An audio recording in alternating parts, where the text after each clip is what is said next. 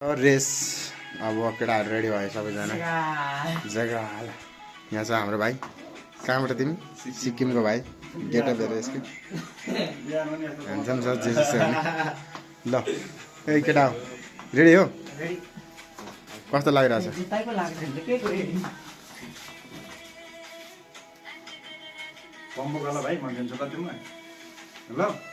पम्बोको भने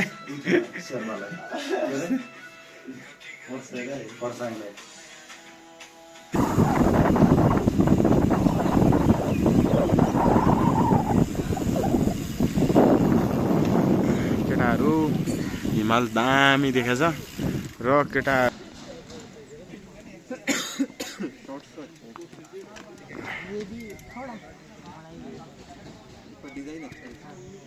game venue यो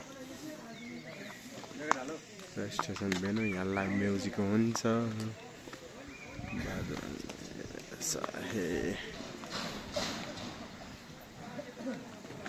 मेरो बाइक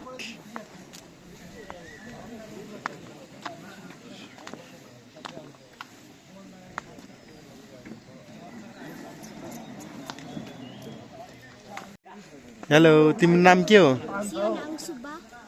तिमी पनि आज यहाँ रेस खेल्न आएको हो सबैभन्दा सानो मान्छे तिमी हो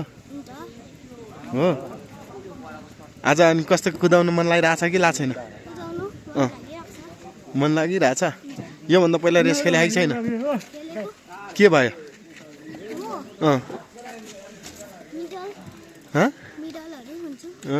अच्छा अच्छा अच्छा तिमी कति वर्ष भयो 10 वर्ष अनि आज यो पुरै ल्याब हान्न सक्छौ ल ल राम्रोसँग खेल्नुपर्छ ल हाम्रो गेम बेलामा सकिएछ हाम्रो गेम सकेपछि ध्वस्त पानी पर्यो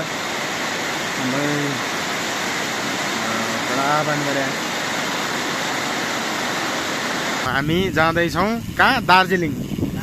दार्जिलिङ यहाँबाट साइकल चलाउँदै दार्जिलिङ यहाँबाट झन्डै होला 80-90 किलोमिटर रेस सकिएर हामी जाँदैछौँ दार्जिलिङ कति बजे भाइ 2:20 भयो राति पुग्छ होला सायद ल चलो जोरथाङ घुम्दै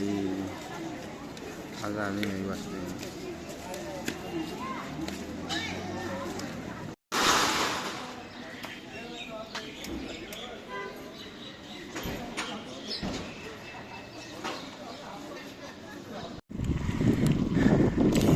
हामी चाहिँ अब दार्जिलिङ जाँदैछौँ हेलो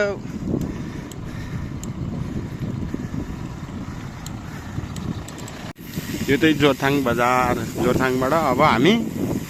दार्जिलिङ जाँदैछौँ उकालै उकालो छ यो चाहिँ जोरथाङ बजार ल भाइ के छ हल्का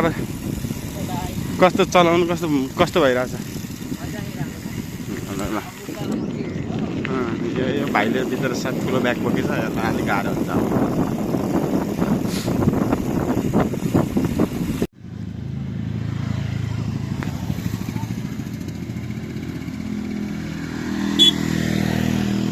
हामी हिजो राति यहाँ बसेको अनि आज चलाउँदै आएको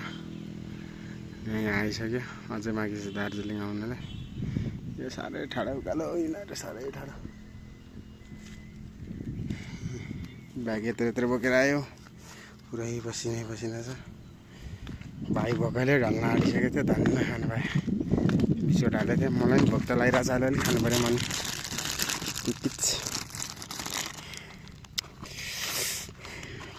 जस्तो यो उकालो मेन उकालोहरू हामी अब खाना खाएर अब जाने तल बोर्डर पशुपति नगर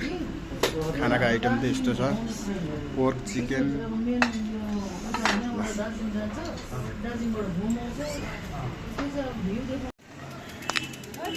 भर्खर नेपाल आइदिए ल नेपाल छिरियो गाइज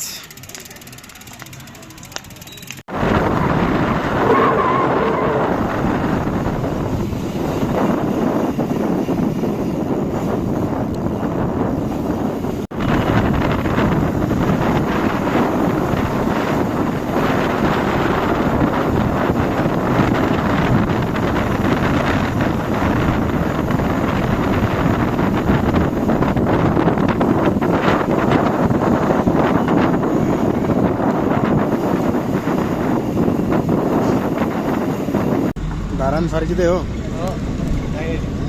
रात परे 4 बजीबाट साइकल चलाउन बन्द अब 2